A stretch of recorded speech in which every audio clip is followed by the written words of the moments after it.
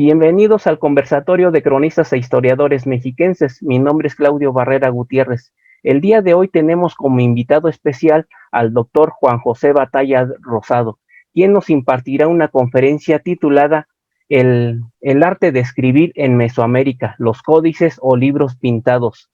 El doctor Juan José Batalla Rosado es profesor e investigador en el Departamento de Antropología de América de la Universidad Complutense Madrid, España. Tiene diversas publicaciones en libros y en revistas, asimismo conferencias. Sus líneas de investigación: cultura azteca, códices mesoamericanos, arte indígena, etnohistoria de América. Esperemos que esta conferencia contribuya al conocimiento de nuestros compañeros cronistas que están estudiando este tipo de documentos. Muchas gracias, doctor Juan José. Reciba por este medio digital un saludo afectuoso y un abrazo fraterno de los hacedores de la memoria mexiquense. Gracias, doctor. Muchas gracias. Bien, buenos días. Como ha indicado el doctor Claudio Barrera, el tema que les voy a presentar es sobre los códices mesoamericanos. Lo llevo estudiando más de 25 años y, como él ha indicado, he publicado libros, capítulos de libros, diversos artículos sobre este tema. Yo lo que les voy a presentar es una visión general sobre qué son los códices mesoamericanos. Todos los especialistas en escritura mantienen que en el Nuevo Mundo el único lugar donde se desarrolló un sistema de escritura fue en Mesoamérica, lo que llamamos Mesoamérica, o como llaman los norteamericanos, América Media o Centroamérica. Aquí tienen este mapa, espero que se vea el ratón. Sería toda esta zona donde se empezó a desarrollar un sistema de escritura en el Nuevo Mundo. Para Mesoamérica se crearon diversas tradiciones escriturarias. La que más destaca y más conocida por todo el mundo es la maya, la más desarrollada. Los mayas consiguieron un sistema de escritura que evolucionó hasta llegar a poder escribir frases gramaticales completas, con su sujeto, verbo, complementos y demás. Y lo que va a caracterizar a las escrituras mesoamericanas es su carácter logosilábico, es decir, es una escritura jeroglífica que lo que maneja son glifos que pueden representar tanto una palabra como una sílaba. Luego veremos un ejemplo muy sencillo de cómo funciona todo este sistema. Desde el momento en el que se idea la escritura, pues se empiezan a utilizar distintos soportes. Aquí tienen, por ejemplo, un ejemplo de un libro de los muertos egipcios y un códice maya. Es una prueba de que los mayas llegaron a un sistema jeroglífico igual. Perdón. Tiene muy sensible esto. Ay.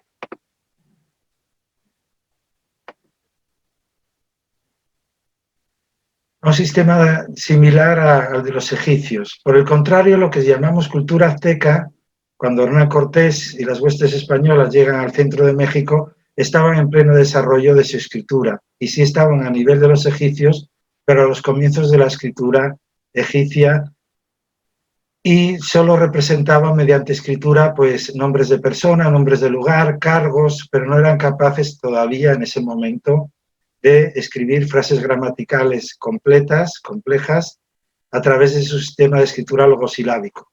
Obviamente no estaban en ello, o sea, sencillamente se cortó la evolución por la conquista de México, pero hubiesen llegado como llegaron los mayas. Un sistema de escritura logosilábica, ¿cómo funciona?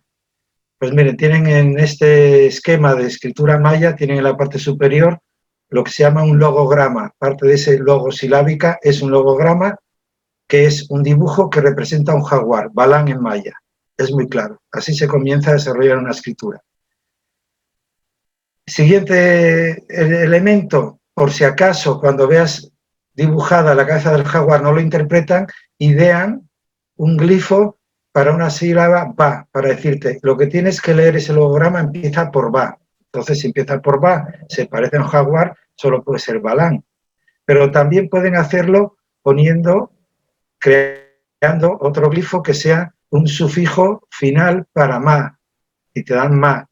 En la imagen de abajo a la izquierda ya puedes escribir ba y ma, y para que leas el logograma Balan. Y ya finalmente el máximo desarrollo de una escritura logosilábica, que es lo que te permite escribir cualquier cosa, cualquier tipo de frase, es conseguir todo un catálogo de glifos fonéticos, que es como está escrito Balan en la última imagen inferior a la derecha. Ahí tú no ves el logograma de la cabeza del jaguar. O sabes escribir y leer en maya o no puedes leer Balan. Sin embargo, en la de arriba de la izquierda, aunque seas ajeno a la cultura maya, por ese logograma podrías leer Balan. Pero los logogramas pues, son muy limitados, al final no se pueden manejar muchos y hay que llegar a la última fase a poder escribir todo fonéticamente.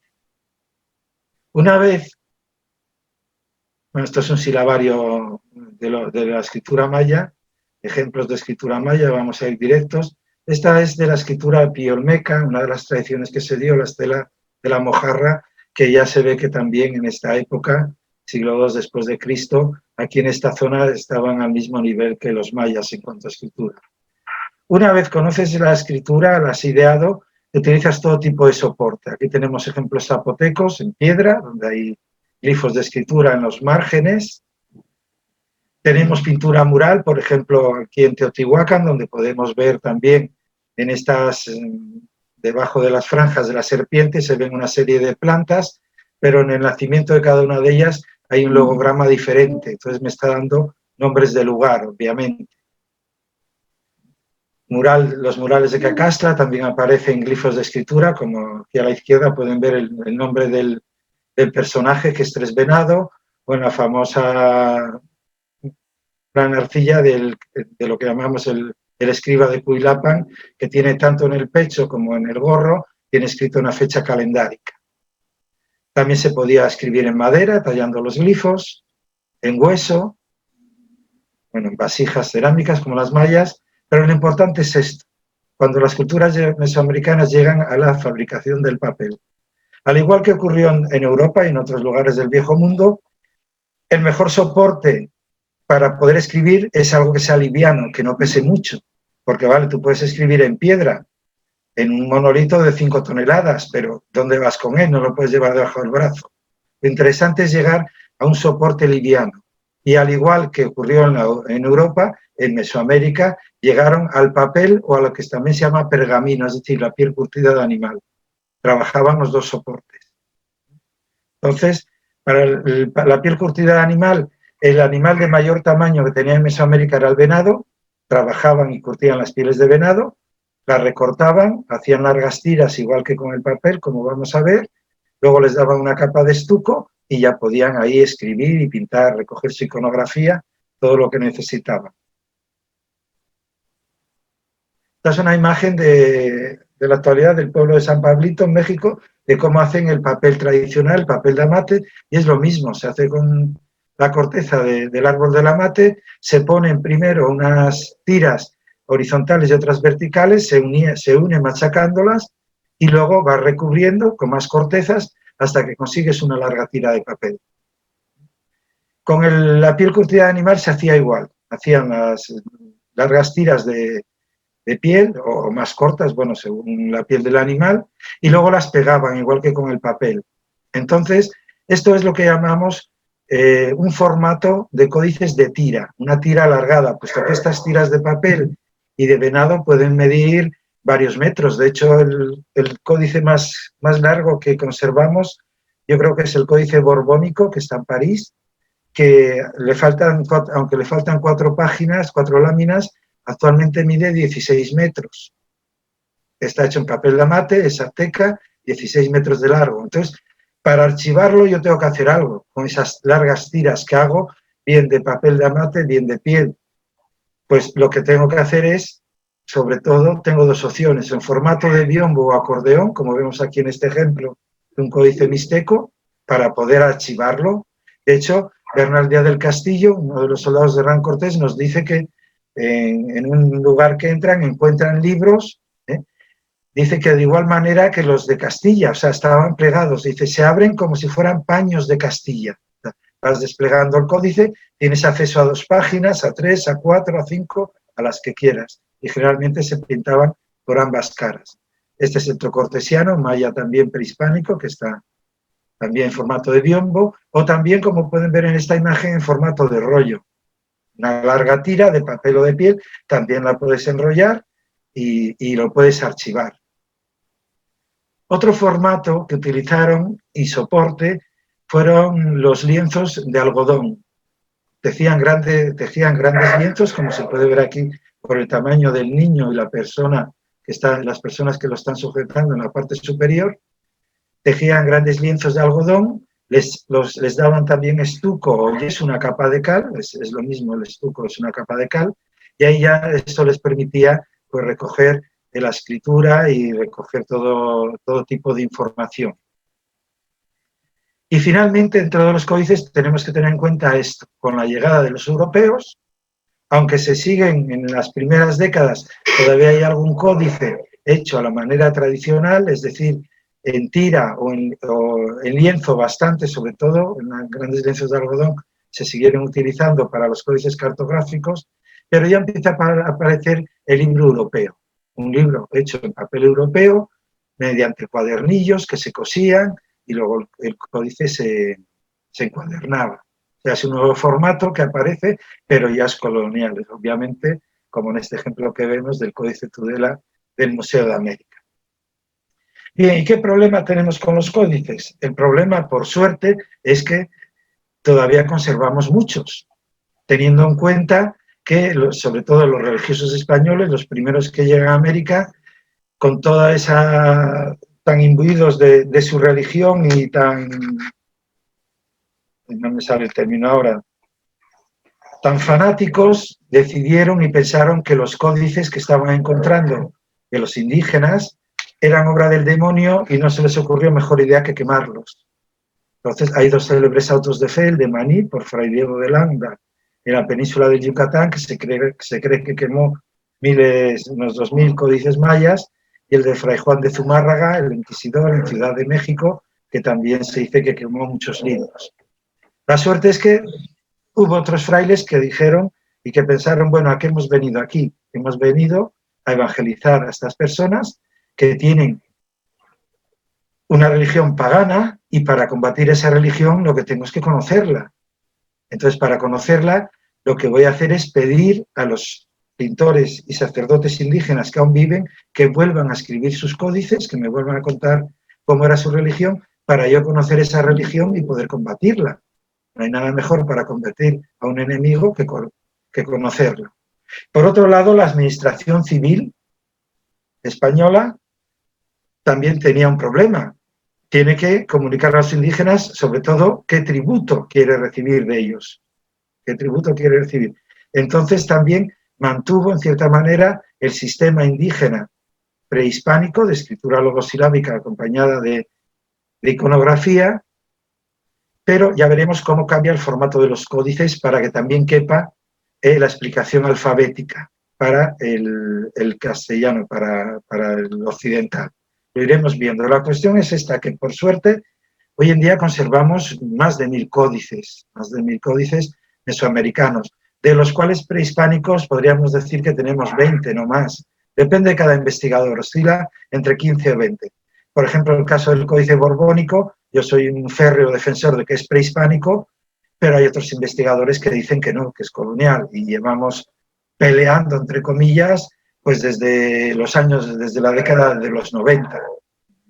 Y no se puede casi determinar, porque ahora lo han estudiado a través de un nuevo sistema que lo barren con láser para analizar los tintes con lo que lo pintaron, y todos son prehispánicos, pero así todo a nivel iconográfico, pues hay discusiones todavía de amigos, digamos, discusiones de amigos, no llegamos a las manos, y yo lo considero prehispánico y otros lo consideran colonial.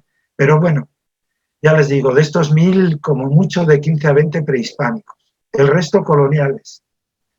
Coloniales tempranos, coloniales más tardíos, pero bueno, ahí están y nos dan mucha información también, mucha. Pero tanto a unos como a otros, tanto a los prehispánicos como a los coloniales, para estudiarlos hay que tener en cuenta algo esencial, que es la crítica de fuentes. No nos podemos creer lo que dice ni el prehispánico ni el colonial, ni el códice prehispánico ni el códice colonial. Detrás de cada uno de ellos hay toda una serie de intereses por la persona que lo hizo.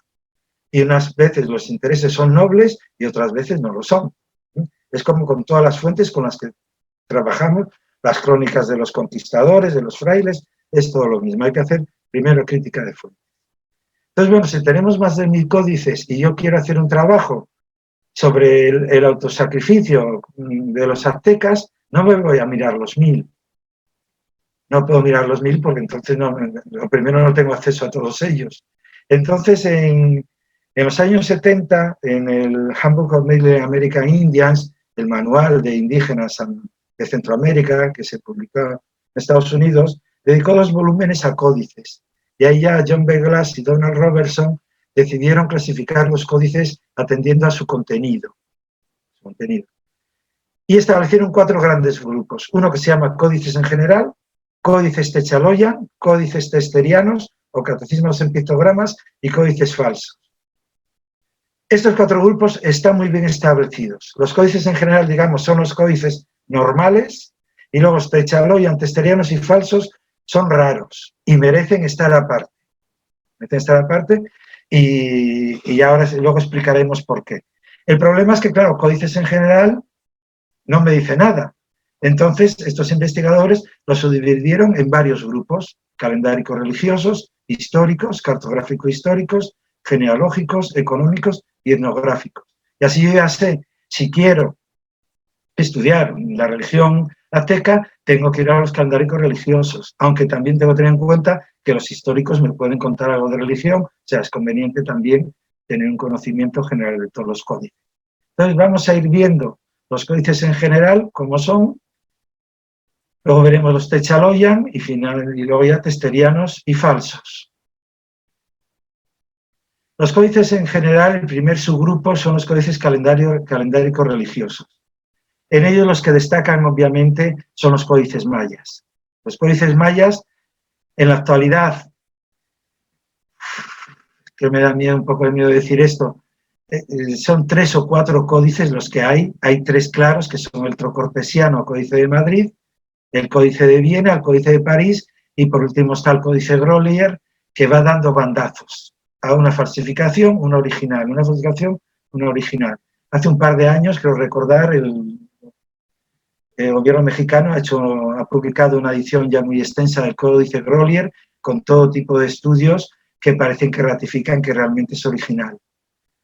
Lo interesante del caso, y lo penoso en cierto modo, es que después de haberlos quemados todos, se conserven a día de hoy, vamos a decir, 4 códices maya únicamente, que los 4 sean prehispánicos y que los 4 sean de contenido calendárico religioso, que fue lo que más persiguieron los frailes.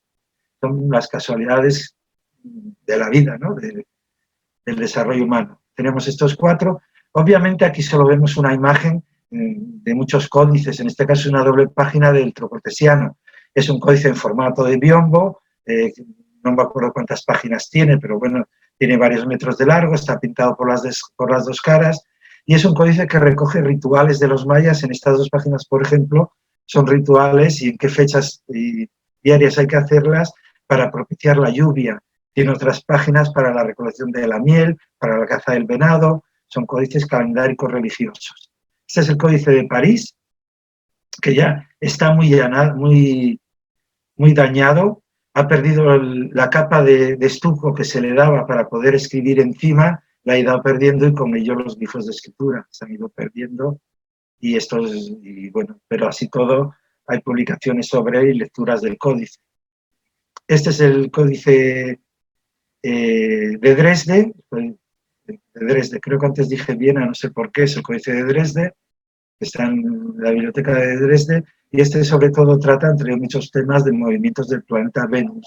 Entonces, está todo lleno de escritura. Hay algunos elementos de iconografía como representación de dioses, pero el resto es escritura. Son mayas, y lo vuelvo a repetir. Los mayas desarrollaron un sistema de escritura totalmente completo, al igual que llegaron los egipcios, los mesopotámicos, cualquier otra cultura del viejo mundo. Ellos podían escribir cualquier tipo de frase, con su sujeto, verbo y todos los complementos que querían.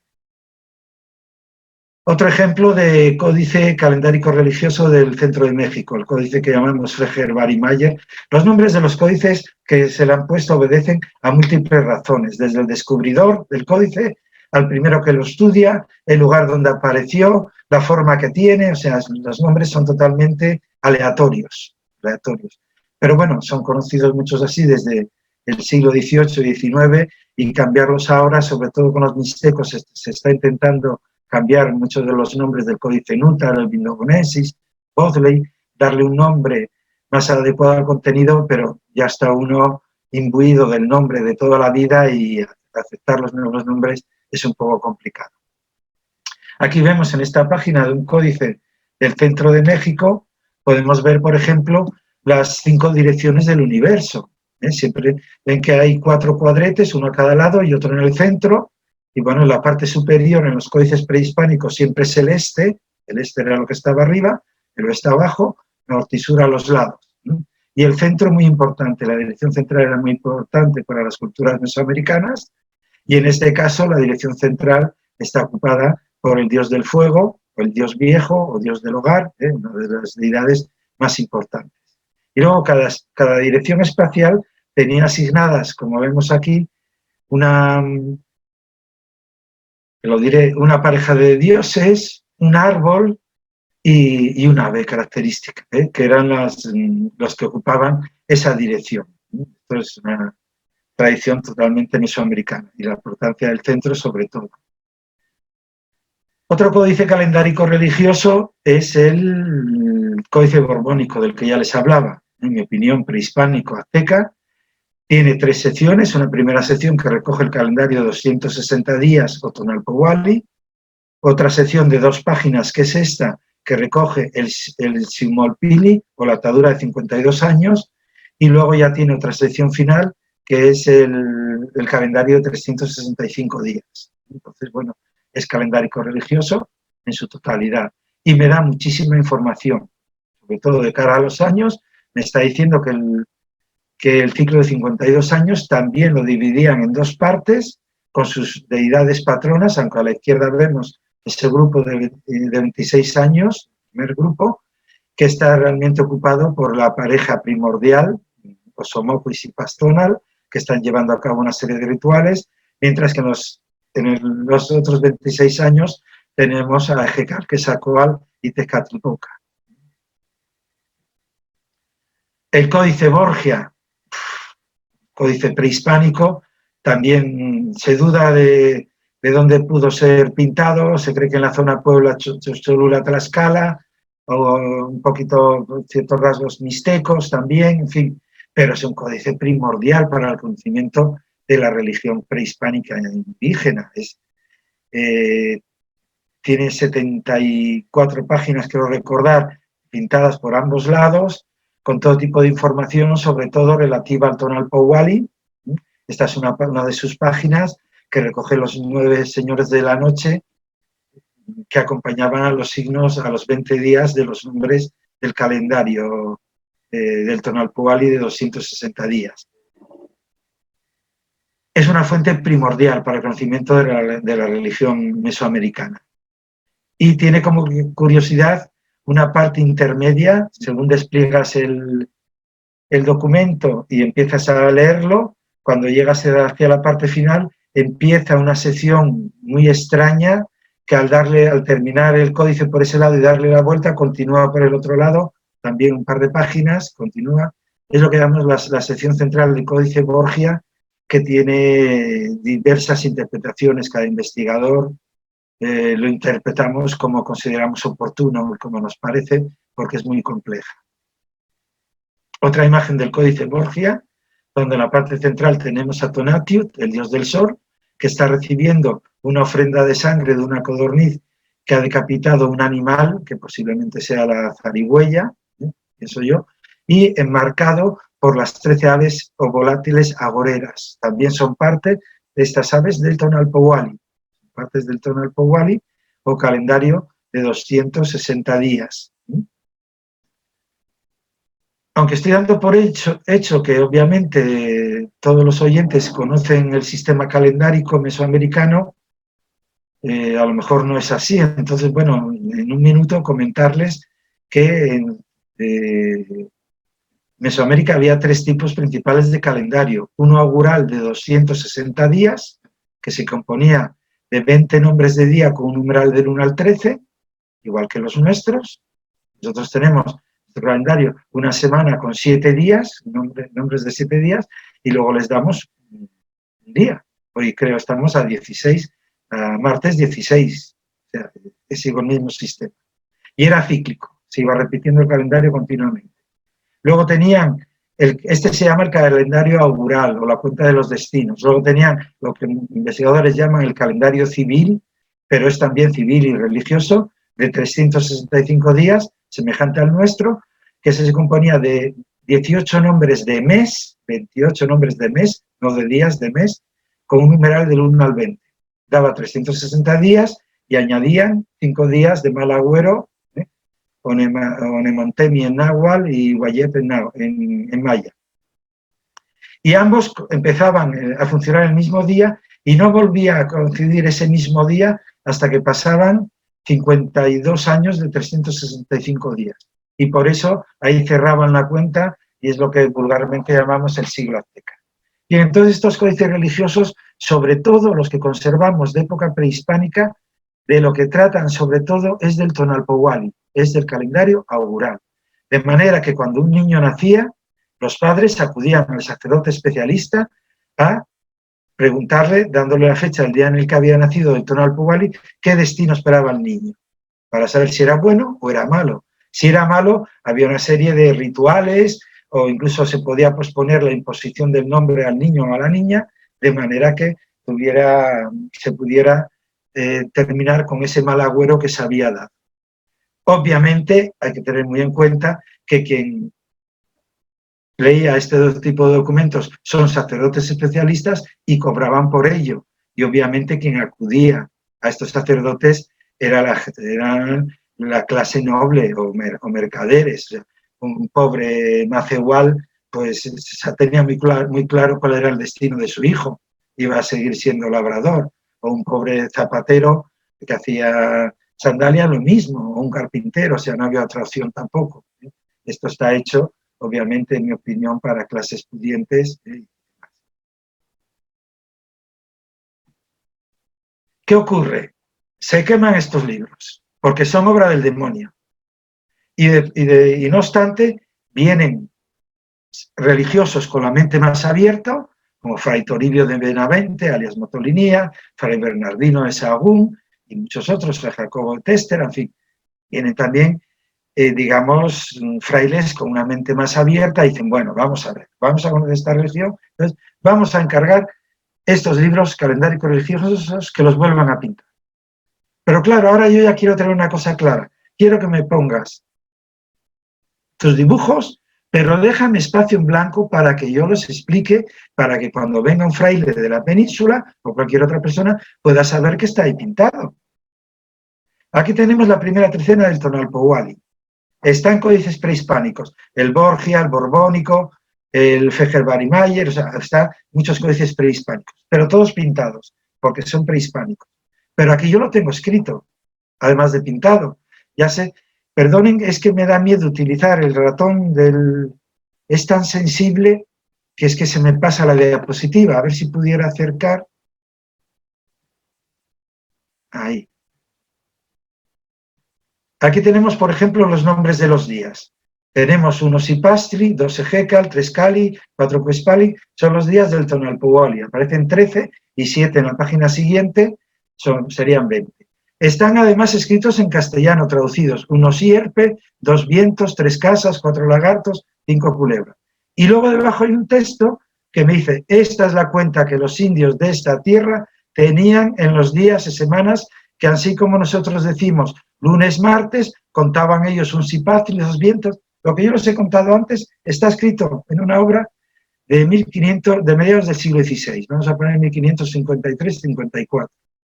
Entonces, tú llegas desde la península, quieres conocer la religión indígena y tienes este tipo de documento que te la explica. Y si ya te encuentras un día unos indígenas que están ya llevando a cabo algo que te parece extraño, puedes determinar si es un ritual pagano o no lo es. Pagano me refiero, obviamente, a las creencias que tenían los religiosos católicos, los frailes católicos que iban, ¿no?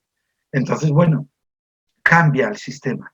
Con los códices calendáricos religiosos coloniales cambia. Este ejemplo del Códice Tudela o Códice del Museo de Madrid, ¿no?, que fue objeto de mi tesis doctoral, entonces, bueno, lo conozco muy bien.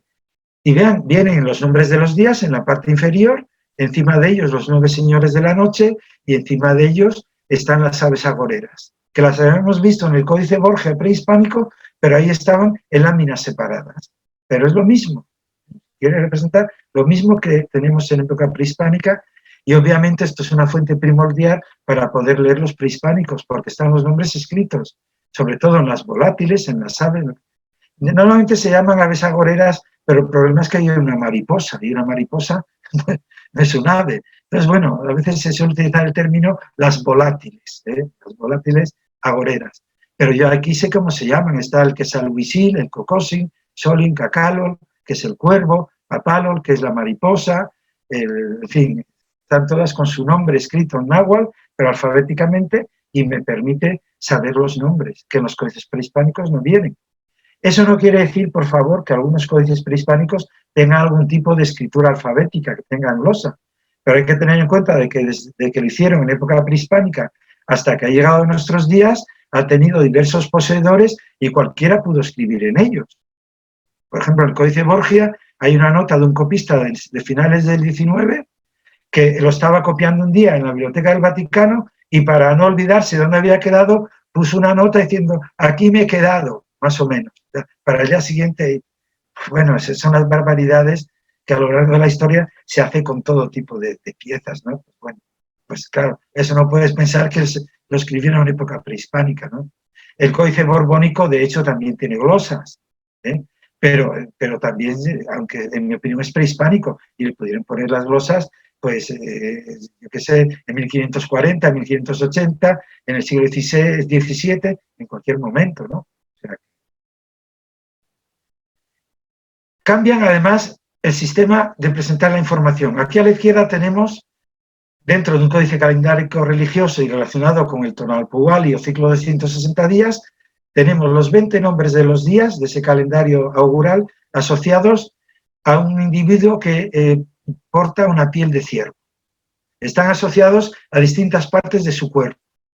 Y cuando acudías a pedir el augurio correspondiente al sacerdote especialista de cuándo ha nacido tu hijo, o quiero salir de expedición comercial en tal día, en un día muerte, que era uno de los nombres.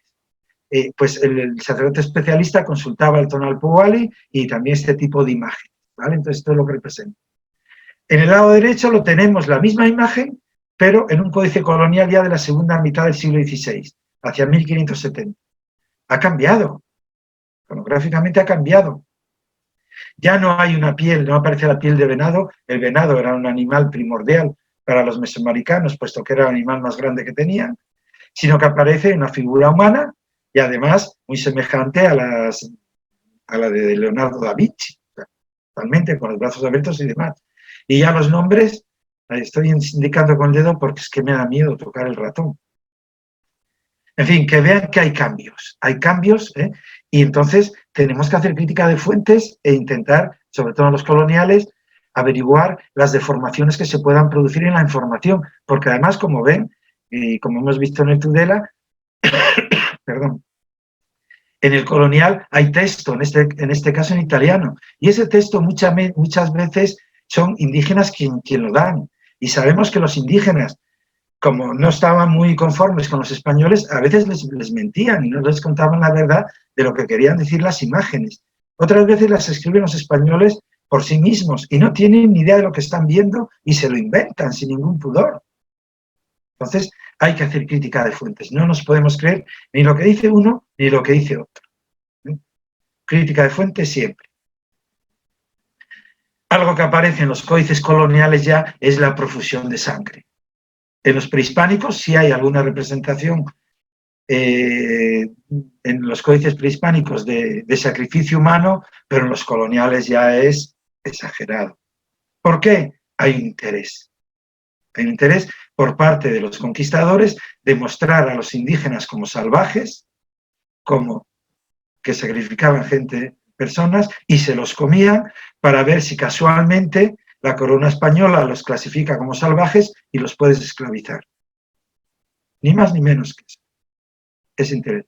La suerte, por un lado, es que se diga lo que se diga, la corona española, hubo una discusión moral enorme sobre qué hacer con los indígenas, discusión moral que llegó a la promulgación de las leyes de Burgos de 1512, luego las leyes nuevas de 1542, favoreciendo totalmente al indígena. El problema es que, claro, para que se aplicara en América era más complicado llevar a cabo el control, pero desde luego en ningún momento se les trató como esclavos, sino más bien, pues bueno, como terrasgueros en las haciendas, que trabajaban en las encomiendas, en fin, eso bien es cierto que sí. Si bien hay que tener en cuenta una cosa muy importante también, que yo esto siempre lo defiendo y se puede discutir obviamente.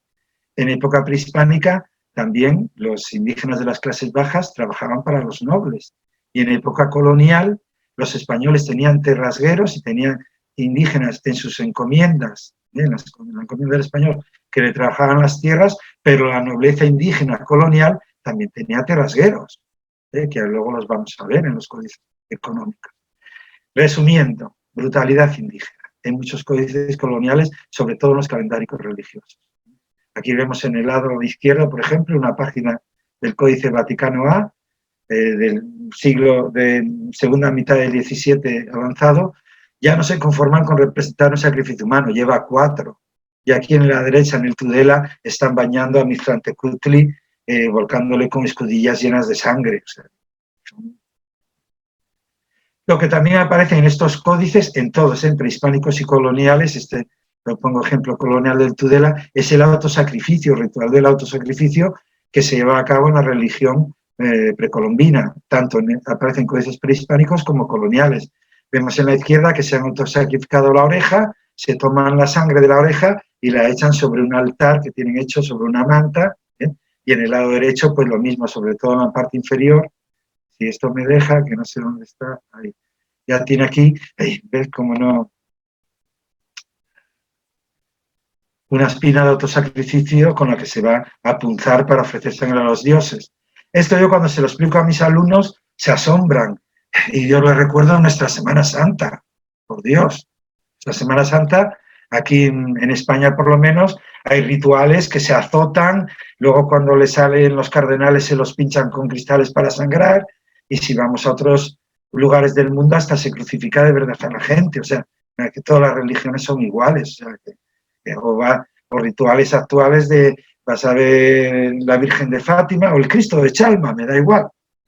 Y vas de rodillas, andando de rodillas varios kilómetros y llegas con las rodillas despellejadas. Son rituales que uno tiene para hacer una petición al Dios. Da igual la religión que sea. Esto se llevaba a cabo. En los códices coloniales, también en prehispánicos, como lo ponico, aparece reflejado el sistema de meses. Este es un ejemplo de otro códice, Tedirano-Remensis. Lo único que aquí, ya les digo, en los códices coloniales ya solo se limitan a poner, digamos, la efigie de la deidad que presidía el mes. Tenemos a la izquierda el mes Huaypastli y a la derecha el mes Atemoth, que está escrito. Y luego un texto, varios textos explicativos por varios comentaristas por los que pasó el códice, que van explicando qué pasaba, qué ritual llevaba a cabo en ese mes. Bueno, explican el calendario y al mismo tiempo la religión, porque tengo efigies de deidades, me está dando nombre de dioses, me está dando qué cubría cada dios, la información que yo necesito. Igual que la que tenemos nosotros ahora de nuestros, bueno, para los católicos solo hay un Dios, pero tenemos muchos santos, que hoy es 16, hoy es 16 de febrero. Este día, en época prehispánica, tendría unos dioses patronos. Y en época actual, en Europa, en Occidente, bueno, en cultura ya occidental, en México, en todos los sitios, hoy 16 de febrero tiene sus santos patronos. Y por desgracia, aunque ya esa tradición al menos aquí ya se lleva menos, pero si hoy el santo patrono, me lo invento, es San Telesforo, pues el niño se iba a llamar Telesforo, le gustara el nombre o no le gustara. para que ese santo le protegiera dándole el nombre al niño. Pues en época prehispánica ocurría exactamente lo mismo. Te ponían el nombre del día que nacías del Tonalpohualli. Esto sobre todo en la zona mixteca, en la zona de Oaxaca, aparecen esos nombres en los códices prehispánicos y coloniales. Los nombres personales son del día del Tonalpohualli. En Centro de México, en cultura azteca, es más extraño. No se llevaba tanto.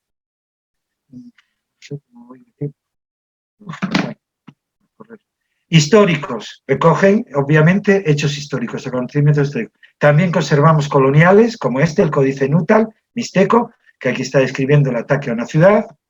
Tenemos de Centro de México, como el Códice de Boturini, discutible si es colonial, más bien colonial, pero bueno, todavía hay un investigador que puede decir que es prehispánico o muy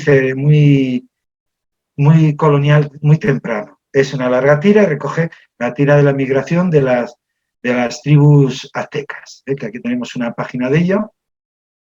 El Teleiano Remensis, ya europeo, en papel europeo, en formato de libro europeo, y en esta página abarca desde la migración azteca hasta 1589, 1590. O sea, recoge la historia de los aztecas desde su partida de Aztlán hasta que llegan los españoles y asentan los españoles. Y esto es una página concreta que recoge la inauguración del Templo Mayor de México durante el gobierno de Ahuizotl, en el año 1487. Tenemos imágenes, tenemos texto, que es lo bueno. Esta es del Códice de Azcatitlán, muy posterior, y en mi opinión es un códice de finales del siglo XVII, principios del XVIII, y en este caso está mostrando en una lámina la hueste de Hernán Cortés. Podemos ver a la derecha la Malinche, Hernán Cortés pintado de rubito con su barba, su bigotito, bien vestido, luego la hueste española de soldados y los porteadores indígenas. Aquí no pone la hueste guerrera de indígenas que acompañaba a Hernán Cortés en la conquista de los aztecas. Y destaca una figura debajo de la bandera que está pintada de negro, que entendemos que es un esclavo negro de un capitán de Hernán Cortés. Aquí otro códice histórico, los códices de Huamantla, que lo que podemos ver es a españoles conquistando indígenas y matándolos, los están decapitando y demás.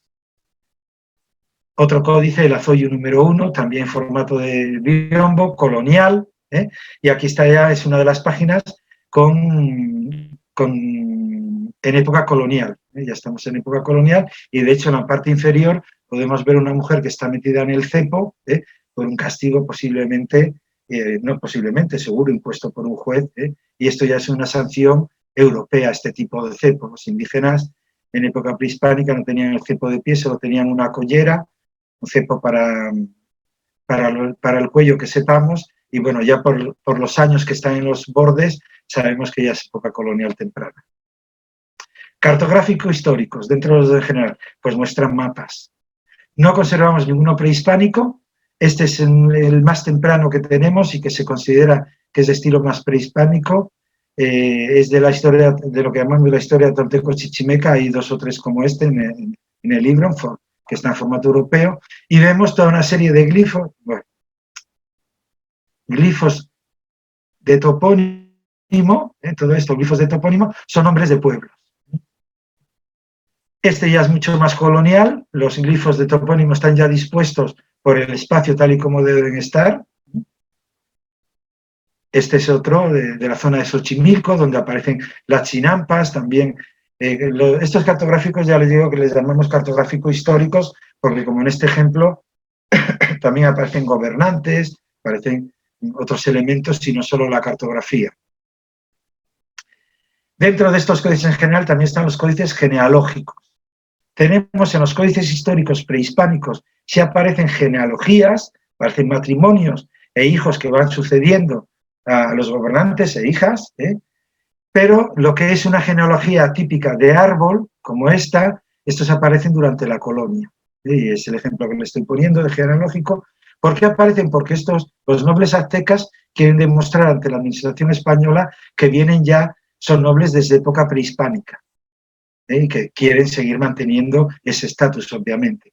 Esta se llama la genealogía de Solin, que es el personaje que está arriba en la casa, que es el que da origen a esta genealogía con tiene 6 generaciones. y tierras que conservan y demás. Esta es la genealogía del señor Cuautli, por el glifo que tiene el que está en la casa, y aquí vemos también las distintas generaciones a las que dio lugar. Esta es una muy interesante porque es circular, ¿no? Es la de... ¿Cómo se llama este códice? No me acuerdo ahora el nombre del códice.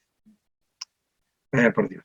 Bueno, pues es circular, es ya colonial también, obviamente, y hay otra también circular muy importante que es la que llamamos genealogía de Nezahualcóyotl. Esta es un pueblo de Tlaxcala, vaya, pero se me ha ido el nombre totalmente ya. Son cosas de la edad. A destacar dentro de los códices en general, los códices económicos, muy importantes. Prehispánicos, en mi opinión, conservamos este, que es lo que se llama la matrícula de tributos, que se conserva en México. Para mí es prehispánico. Otros investigadores dicen que es colonial. Pero bueno, yo he publicado varios estudios sobre el tema.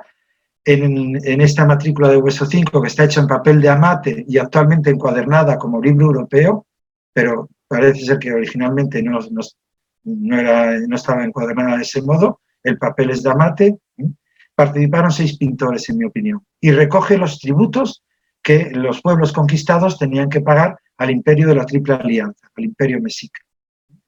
Vemos en la parte de la izquierda, en la parte inferior, vemos los glifos con los nombres de los pueblos y luego lo que tributaban.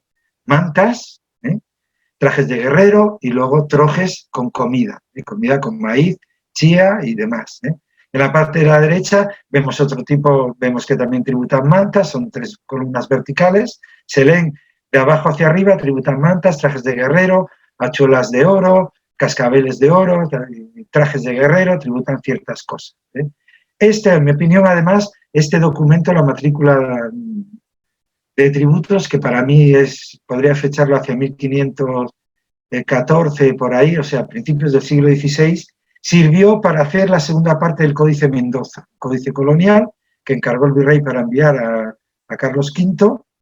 Tiene una parte que es de conquistas, una parte donde recoge los tributos que los indígenas pagaban al imperio azteca y una parte de vida cotidiana del niño y niña azteca desde que nacían hasta que llegaban a viejos.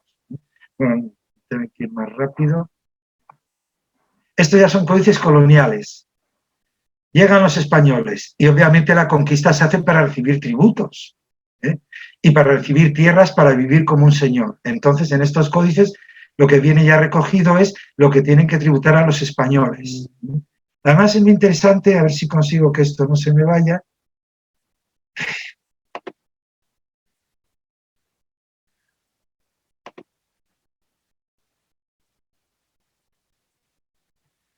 Que, por ejemplo, en estos códices mediados del siglo XVI, los indígenas, o sea, los españoles, siguen pidiendo como tributo elementos prehispánicos. Obviamente un traje de guerrero no, pero ¿para qué lo quieren?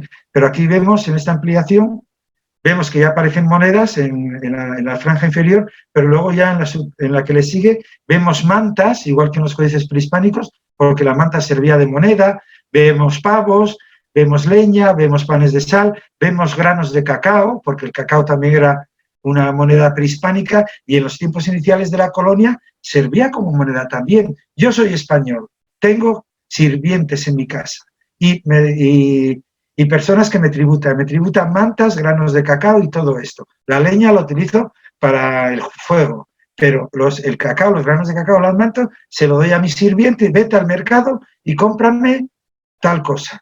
Y en el mercado se lo van a aceptar. Entonces, hay esa transición de por lo menos, yo calculo, 4 o 5 décadas donde los sistemas prehispánicos y coloniales se fueron manteniendo. Este es otro códice económico, es genial. El problema es que la falta de tiempo. Pero bueno, a ver si lo leo de manera rápida.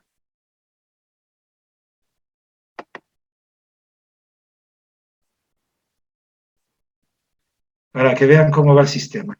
Aquí dice, ¿qué ha de haber el común y casa pública para gastos de ella que se gasta cada día 3 gallinas de la tierra? Y aquí en la parte superior tienen 3 cabezas de pavo. Y 500 cacaos. Y vemos el glifo para cacao y en el primero de los 5 glifos aparece un numeral que es 400 y en los otros realmente el pintor se olvidó de pintar el numeral 20, que es una bandera. Entonces serían 20 por 5, 100 más 400, los 500. Y una anega de maíz, y aparecen dos medias fanegas, que es una unidad de medida de áridos castellano. Media completa. Y dice cada día, y aparece luego el glifo de día, es lo que aparece. Y luego dice, y 10 indias para hacer pan. Y tengo 10 cabezas de mujeres indígenas con su peinado característico, con los dos cornecillos de las coletas y el metate. Y 10 indios para traer agua. Entonces, los dos tipos de información, para el indígena y para el castellano. Dentro de los códices coloniales económicos cabe destacar los censos. Consideramos uno increíble, que es la matrícula de Hueso 5, se conserva el original en la Biblioteca Nacional de París, me consta que en México hay otro ejemplar, pero no se puede acceder a él, una pena. La matrícula de Hueso 5 contiene, es un manuscrito enorme, papel europeo, abarca la parte pictográfica desde el folio 482 hasta el 910, 400 folios más o menos, por las dos caras, llena de nombres de indígenas, nombres que aparecen así de esta manera. Son los macehuales y terrasgueros, y también, bueno, mujeres. Es un censo de la ciudad de Hueso 5 y pueblos de los alrededores. Recoge la parte pictórica, que es la cabeza de cada individuo, aparece luego su glifo de escritura dándome el nombre náhuatl que tienen y están glosados. Por ejemplo, en el primero de arriba de la derecha vemos la cabeza y vemos un glifo que es como un tronco de árbol con algo debajo. Y pone la glosa Juan Cuauhson. Entonces yo sé que el nombre era Juan y Cuauhson viene de sontri, cabello, que es lo que está pintado abajo, y Cuau, que viene de cahuil, que es madera. Entonces me da... Es decir, es una piedra de Rosetta, es la piedra de Rosetta para poder entender la escritura del centro de México. Es un documento fundamental. Tiene aproximadamente, tengo que contarlos todos bien, unos 11.500 glifos, 11.500 de estas características. Más luego todos los que tiene de los oficios, como vemos aquí, este lado, estos son canteros. Todas estas son canteros. Estos de arriba son sauki, hiladores. O sea, me da información de todo tipo. Es un documento excepcional. Yo ahora ya que estoy a punto de jubilarme, ya queda poco, ya estoy cansado de tanto trabajar, he decidido que mi jubilación, hasta donde pueda y me permita la vida, va a ser el estudio de este códice. Ya lo estoy estudiando, ya he sacado los 11.500 glifos con sus nombres. El problema es que tiene una parte alfabética con otros 12.000 nombres por lo menos. Esa es más difícil de transcribir porque es letra de 1560, es compleja para interpretar los nombres indígenas, y estoy ya, como tengo la parte pictórica y se tienen que repetir en la alfabética, estoy buscándolo en cada uno de los dos sitios y indicando dónde está cada uno y interpretando los glifos. Pero esto yo entiendo que es el trabajo de varias generaciones, porque la matrícula de Hueso 5 da para estudiar cualquier tipo de tema, Yo ya he dirigido varios trabajos fin de máster sobre ella y ahora estoy con un par de tesis sobre la matrícula también. Es algo increíble. Otro censo más pequeño es el de San Pablo Teocaltitlán. Lo mismo, este también lo interesante que tiene es, por ejemplo, los nombres castellanos. No amplía más, pero aquí en la parte izquierda tenemos a Juan Tota. Juan Tota es el nombre del indígena, el que tributa, y lo que tributa, que ya tributan monedas, y a la izquierda de la cabecita vemos dos glifos. Uno es Tota, que es la cabeza de un fraile. Tota en náhuatl significa nuestro padre. Pues para indicar Tota, pues es el glifo que utilizan, ya un glifo tomado de una imagen colonial, obviamente, estamos en plena colonia, la cabeza del fraile. Y Juan lo mismo, utilizan iconografía cristiana. Es una copa con un dragón dentro. Según la iconografía cristiana y la geografía de San Juan Evangelista, un sacerdote pagano lo intentó envenenar y le echó en el vino veneno. Y en la iconografía cristiana, por ejemplo, en cuadros del Greco y demás, y otros por ahí, Juan aparece con su copa y el dragón que sale. Y los indígenas lo toman para escribir Juan. De estos hay muchos. El problema es el tiempo, pero bueno, les voy a explicar otro muy rápido para que vean cómo se ingeniaron para ello. Aquí tenemos, por ejemplo, a Diego Cuautri, pues el apellido náhuatl, está el logograma del águila, pero para escribir Diego, como en lengua náhuatl no existía la D ni la G, utilizan dos elementos fonéticos, un frijol, que me da la letra E, y una olla, que es comil, y me da la sílaba co, pero realmente han escrito eco, mediante el frijol y la vasija. Pero eco se aproxima fonéticamente a Diego, y ellos, todo el mundo conoce este sistema y se pueden, a través de ello, entender. Dentro ya de estos códices en general, seguimos con los códices normales, quedan los etnográficos. Importante es la tercera parte del Códice Mendoza. Como les dije, trata comienza aquí en este folio, no, aquí, en el folio 57R, con el nacimiento de niño o niña azteca. Aquí no se lo puedo contar porque no me da tiempo, obviamente, y van pasando los folios, los niños van creciendo, van llevando a cabo distintas actividades, entre ellas el casamiento, como tenemos aquí abajo, por ejemplo, aquí en el Códice Mendoza, en este otro folio, tenemos cómo se casaban los aztecas, todo el ritual que llevaban a cabo, con comida, con todo tipo de celebraciones, cómo llevaban a la novia, esta samanteca que llaman, y bueno, la forma de casarse. Pero claro, crítica de fuentes. El Mendoza me está contando cómo se casan los ricos, cómo se casaban los nobles. Sin embargo, tengo otro códice que Tudela, en un folio, en el 74, me está describiendo cómo se casan los plebeyos. Ahí nadie porta la novia, no unen los mantos, no hay comida, no hay bebida. Lo único que hay son los instrumentos de trabajo del hombre. El hacha, la coa, como labrador, y el mecapal para transportar cosas. Entonces, ¿por qué? Porque el Códice Mendoza está hecho para el emperador, para Carlos V, quien está pintando, bueno, es un tracuilo especialista que en mi opinión participó en la matrícula de tributos prehispánica. Es lógico, yo soy el virrey Mendoza, quiero que me pinten un códice para el emperador. ¿A quién voy a escoger? ¿A un pintor callejero o al mejor pintor que tenga en el virreinato, en la Ciudad de México?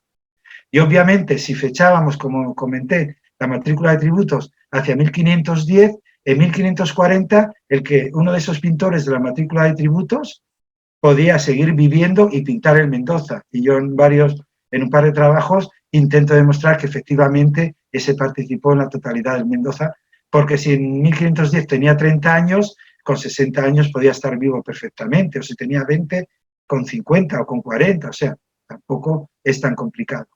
Pero claro, la información es sobre todo de la parte noble, y ellos cuentan cómo vivían los nobles, que es lo mismo que nos pasa, bueno, en más partes del Mendoza, estas preciosas, estas del Tudela, es el castigo de adulterio entre los indios Yope, entre el grupo indígena de los Yope, que estaba en la costa del Pacífico, que consistía en el desnarigamiento mediante un mordisco del hombre afrentado, le arrancaba un mordisco a la nariz a su esposa y a quien se había acostado con su esposa, que no puedo entretenerme. Y hasta la última parte del Mendoza, al lado derecho tenemos la última página, donde aparece ya al final el niño que ha nacido, ya son viejos y viejas y se les permite hacer cualquier cosa.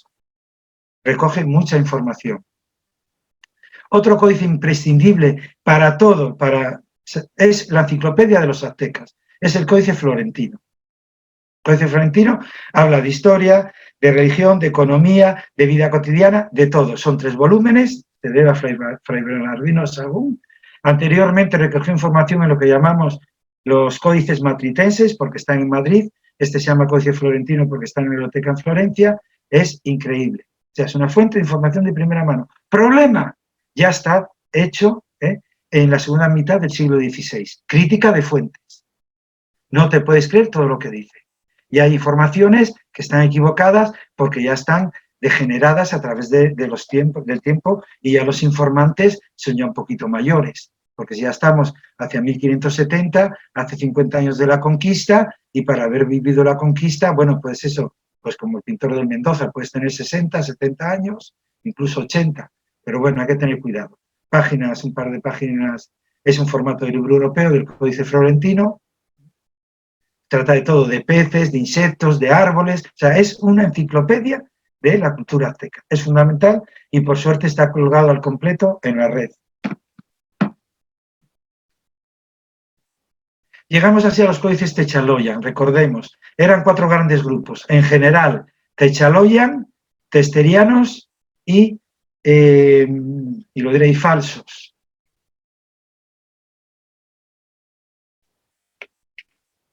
Y les dije que merecían estar separados, y es la verdad. Hemos visto los códices en general, prehispánicos y coloniales tempranos y más tardíos. Los Techaloyan son un grupo aparte. Surgen, se hacen a finales del siglo XVII, principios del XVIII, están todos hechos en papel de amate, en bruto, no les daban el yeso, todos con el mismo tipo de iconografía, de escritura alfabética, y sabemos que surgen por una petición que se hace por parte de la Administración Civil Española de que cada pueblo indígena de la zona centro de México tiene que explicar cuáles son los límites de tierras comunales que tiene. Y entonces parece ser que a estos pueblos indígenas no se les ocurrió mejor idea. Aquí hay varias teorías, yo planteo un poco la que yo sigo. Se les ocurrió la idea que qué mejor forma de mostrar nuestras tierras que confeccionar unos códices que tenemos que hacer pasar como que ya los llevamos pintando desde época prehispánica, de ahí el papel de amate burdo, los hemos ido pintando a lo largo de décadas, siglos, y ahora ponemos los límites de tierra. Por ello, estos códices yo los considero, y no únicamente, y otros investigadores, como falsificaciones de contenido verdadero. No dejan de ser falsificaciones porque quieren hacerlos pasar como muy antiguos, cuando realmente están esos a finales del siglo XVII y XVIII. Y lo que recogen es, bueno, la historia del pueblo desde la llegada del fundador prehispánico, con sus guerreros, cómo se funda el pueblo, la llegada de los conquistadores españoles, la llegada de los frailes, como vemos en la imagen de la izquierda, bautizando, en fin, van describiendo esas cosas, y sobre todo lo que se llaman las mojoneras, lo que va marcando los límites de cada tierra comunal. Entonces, conservamos unos 50 aproximadamente, creo recordar, no me acuerdo ahora bien del número, pero son ya muy coloniales y surgen por algo muy concreto y todos tratan el mismo tema y todos son muy parecidos, Este es el códice que llaman San Antonio Techaloyan, que fue el primero que se publicó, y como el pueblo se llama San Antonio Techaloyan, le pusieron al grupo de códices el nombre genérico de Techaloyan. Otra imagen, ven aquí al lado de izquierda, eso ya es una mojonera, lo que están marcando mediante ese nopal y el árbol. Aparecen indígenas, como ven, ya muy en una iconografía muy occidental, y textos en náhuatl. Aparecen los santos del pueblo, aquí por ejemplo sabemos que en este que es el códice de San Pedro Cotepec, creo que es, aparece la procesión con San Pedro, la figura de San Pedro que lleva la llave en la mano. Entonces, son unos códices que merecen estar aparte y que merecen además otra crítica de fuentes totalmente diferente. Aparecen los indígenas labrando, en fin, son escenas que aparecen en los mismos códices casi. También aparecen genealogías, ya genealogías totalmente occidentales, que el árbol sale del pecho del fundador, y también con texto. Y esto nos lleva también ahora a los testerianos o catecismos en pictogramas, es otro grupo de códices que merece estar aparte. Este también es muy problemático. Se atribuye su creación a Fray Jacobo de Téstera, un fraile que llega al centro de México en la década de los 30, de 1530, en esa década llega al centro de México, y que según la información de Mendieta y otro fraile, nos dice que él al ver el sistema de escritura logosilábica que practicaban los indígenas, pensó, ¿por qué no hago lo mismo con los artículos de nuestra religión, de la religión cristiana? Y entonces decide pasar las oraciones, los mandamientos, los sacramentos a dibujitos. De esta manera ellos pueden aprender mejor todos los artículos de la religión cristiana. Los pinto en grandes lienzos y voy pueblo por pueblo, cuelgo el lienzo y con una vara voy señalando y vamos a ir leyendo el Padre Nuestro. el comienzo solo, el Padre Nuestro. Entonces, yo leo Padre Nuestro y veo un fraile que está bendiciendo a los indígenas. Padre Nuestro, que está sentado. Ahí no sé dónde está el ratón. Bueno, ahí. Y vemos la siguiente imagen, un señor que está indicando a alguien que está sentado. ¿Y dónde está sentado? En los cielos. Y ve un cielo con estrellas. Y sigue por el otro folio y luego vuelve, sigue por aquí y luego vuelve, tienes que volver aquí y lo vas leyendo de un lado a otro. Es sencillo. El problema que tienen los catecismos en pictogramas o texterianos es que hasta hace unos años siempre se consideraron del siglo XVI, que se databan del XVI, menos alguna copia tardía del XVII, del XVIII, pero se databan del siglo XVI. Hasta que en cierto momento yo me llevo dedicando personalmente a los códices, pues eso, 25 años, y una de las cosas es que yo siempre he mantenido para el estudio de los códices precisamente hacer la crítica de fuentes total y absoluta, y entre ellas lo primero que hay que hacer es el estudio codicológico del documento, conocer físicamente el documento. Entonces hace unos, no sé cuántos años hace, posiblemente haga 8 o 9 años, tuve acceso a los códices texterianos que había aquí en Europa, incluyendo obviamente en mi país, España, analicé las marcas de agua del papel, que es papel europeo, y todos los análisis me dieron finales del XVII, principios del XVIII. Entonces, presenté esto en un congreso en Varsovia, y fue tanto el revuelo, entre comillas, que tuvo la ponencia, que me invitaron 2 veces desde México para repetirla, porque es cambiar un poco la cosa. Parece que no, pero que cierto, este es el catecismo que llamamos de Fray Bernardino de Sahagún, cuando la filigrana es de finales del siglo XVII, o sea, no puede ser de Sahagún, que Sahagún vivió en el siglo XVI, no puede ser que a finales del XVII Sahagún hiciera este códice, o sea, no hay manera. En fin, pues claro, no es lo mismo. Pero hay que entenderlos cómo se hicieron. En mi opinión, tal y como dicen las fuentes, en época colonial temprana se iban con los lienzos para colgarlos, porque lo dicen las fuentes y en eso sí me lo creo. Pero luego ya a finales del XVII, principios del XVIII, es una época muy convulsa a nivel religioso en México, muy convulsa. Entonces, en mi opinión, y otros investigadores lo mantienen, como Berenice Guillon, una investigadora francesa que hizo su tesis sobre estos documentos y sigue publicando en ella, esta época tan convulsa, en cierto modo, obligó a los nobles indígenas, que todavía seguían manteniendo su poder en época colonial, a idear, volver a pintar estos códices en libritos para demostrar, fíjate, si somos católicos, que tenemos estos libros desde que llegaron los primeros frailes, tras la conquista, los seguimos conservando durante más de 100 años. Fijaros si somos religiosos. No sé si me entienden por dónde voy. Entonces, es cuando debieron de surgir. Hasta ahora, ya les digo, yo los tengo más o menos localizada la filigrana de casi todos, menos el más importante, que es, este es el British Museum, este es muy tardío, que es este, el de Fray Pedro de Gante. Este problema que tiene es que su tamaño es más pequeño que un móvil, sería así más o menos, lo negro como mucho, bueno, así como mucho. Es muy pequeño, tiene una sola filigrana repartida en 70 y pico folios, solo tiene una marca de agua, recomponerla es muy difícil porque no se ve muy bien, y bueno, es del águila, es una filigrana de águila imperial, y yo lo dato también a finales del 17 y 18, pero habría que desencuadernar el códice, escanearlo o hacerle radiografías para determinar bien la filigrana. Pero cada vez tengo más claro que estos documentos son tardíos. Y no pasa nada, siempre y cuando los estudiemos teniendo en cuenta la época en la que están. Este es otra vez el de Sahagún con la Salve Regina, en fin, y se puede leer, es el Ave María. Esta además tenemos suerte y en esta parte tiene texto. Dios empieza. Está escrito Dios y vemos a Dios. Te salve. Y aparece un grifo que en este caso está ideal para reflejar el te salve. Reina. Y aparece, ¿ven? Una mujer, pero con su corona y todo, representando que reina. Y sigues leyendo por la derecha, luego bajas. Es el sistema este. Y llegamos a los falsos. Vamos a ver. Los falsos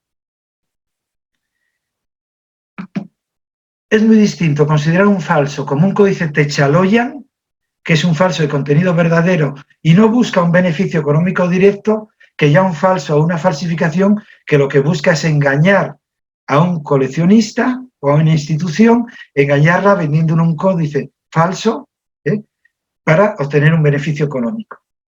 Códices falsos comienzan a surgir ya a finales del siglo XVII, principios del XVIII. Surgen escuelas de falsificación en México de todo tipo. Falsifican códices, falsifican reales cédulas, falsifican también bulas papales, o sea, no se cortan, falsifican la firma del Papa, la firma del rey.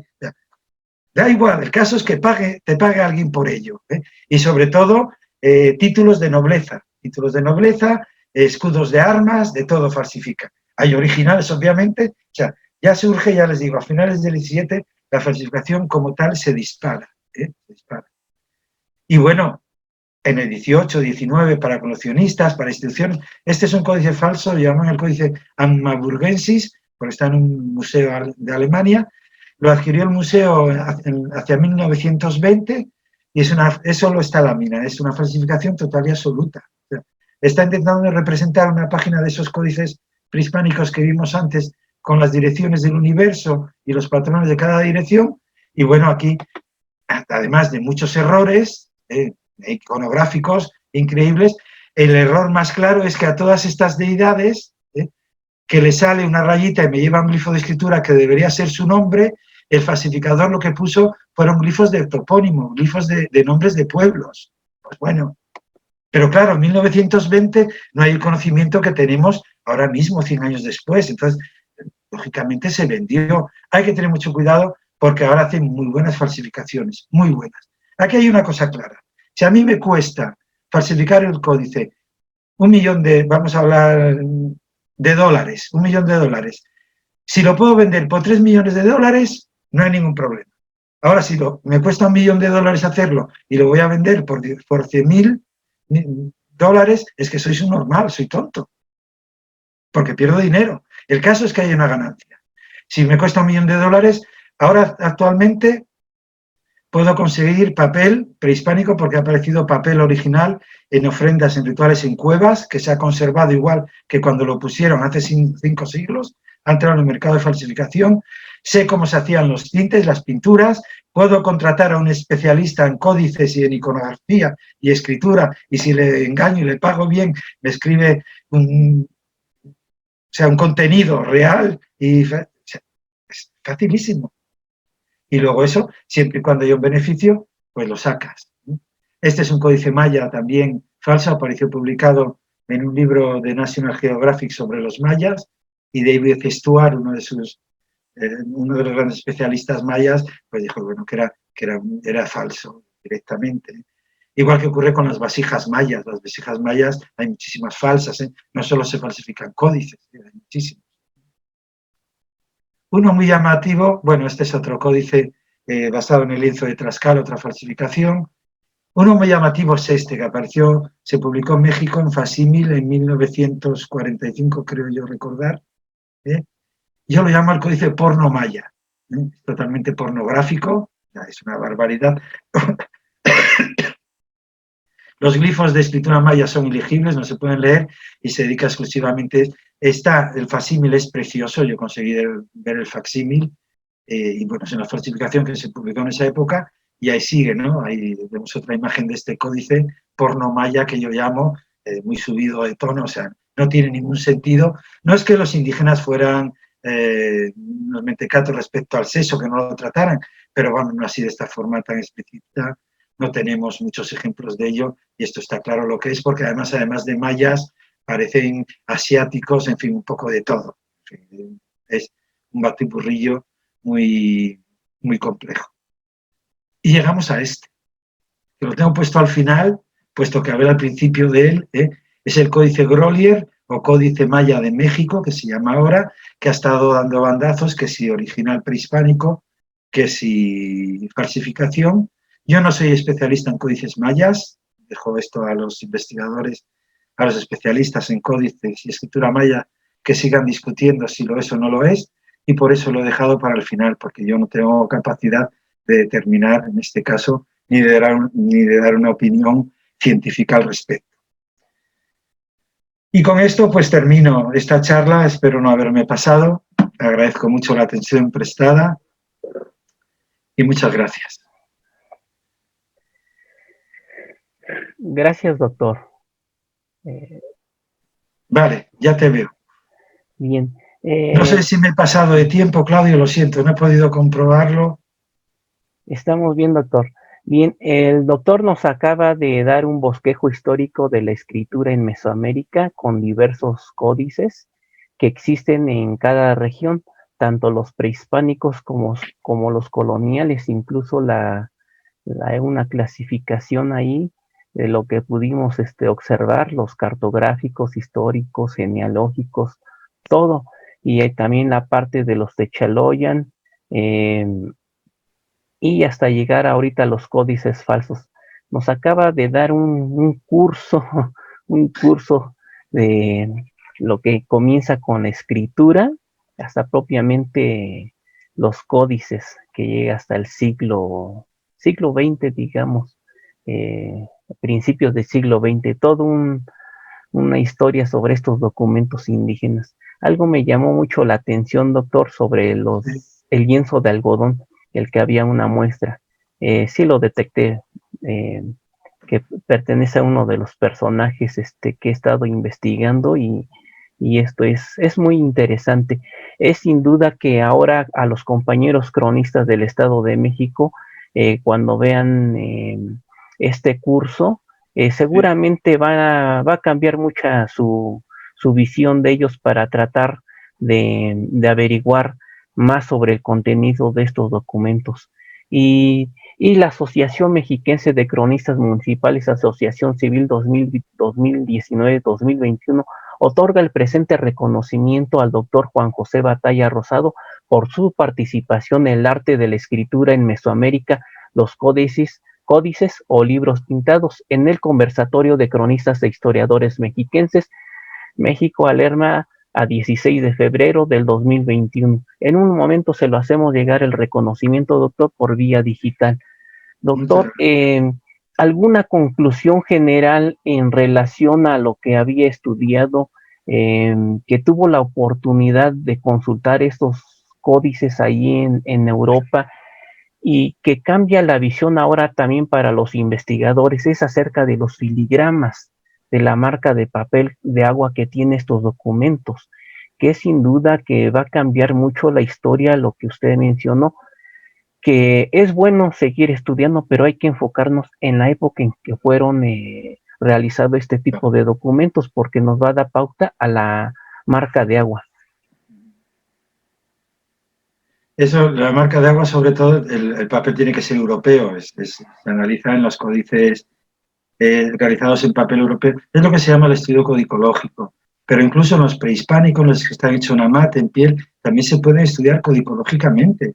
Yo publiqué un libro de estudio del Códice Borgia, aunque acompañaba un facsímil de alto valor y es una edición, por tanto, muy limitada, pero por el estudio codicológico pude determinar que esa parte extraña central que tiene, en mi opinión, se añadió posteriormente.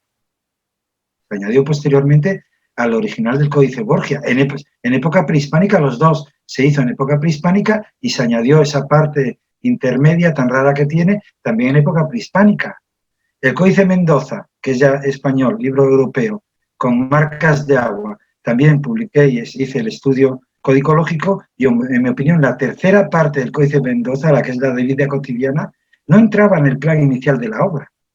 Se hicieron las dos primeras, la histórica y la económica, y luego con papel sobrante, un papel cualquiera que encontraron, alguien decidió que hay que hacer una tercera parte de vida cotidiana.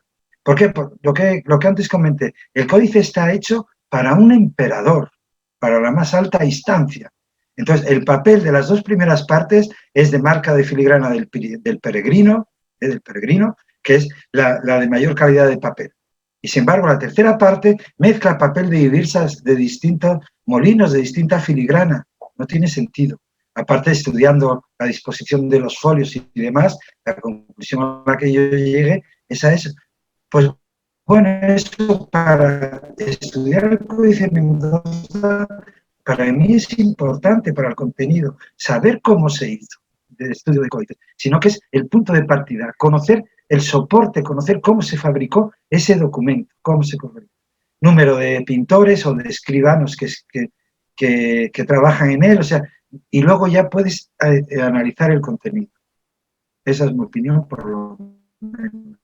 Y lo que he peleado durante este tiempo, durante todos estos años que sea. Gracias, doctor. Agradecemos al doctor Juan José Batalla Rosado. Muchas gracias por su apoyo y participación en esta sexta conferencia. Para quienes gusten observar el video, estamos en Face y YouTube, Amecron Cronistas Mexiquenses y Claudio Cronistas Mexiquenses respectivamente. Un abrazo fraterno a mis compañeros cronistas y cuídense mucho y saludos afectuosos.